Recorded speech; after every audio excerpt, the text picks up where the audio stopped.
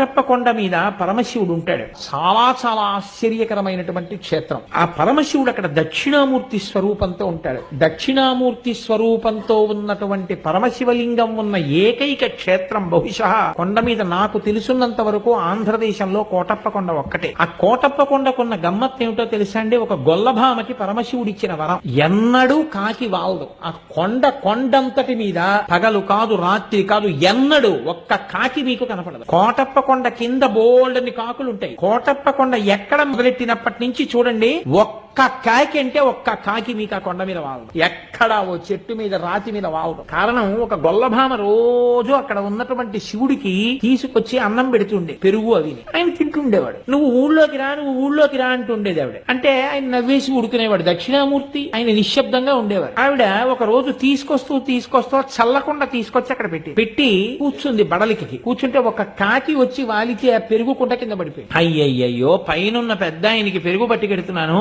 ఈ దిక్కుమాలిన కాకి వాలి పెరుగంతా కింద పడిపోయిందని బాధపడితే పరమశివుడు వృద్ధ బ్రాహ్మణ రూపంలో కిందకొస్తున్నవాడిగా కనపడి, నీకు వరం ఇస్తున్నాను, ఇక మీద ఎన్నడూ ఈ కొండ మీద కాకులు వాలవని.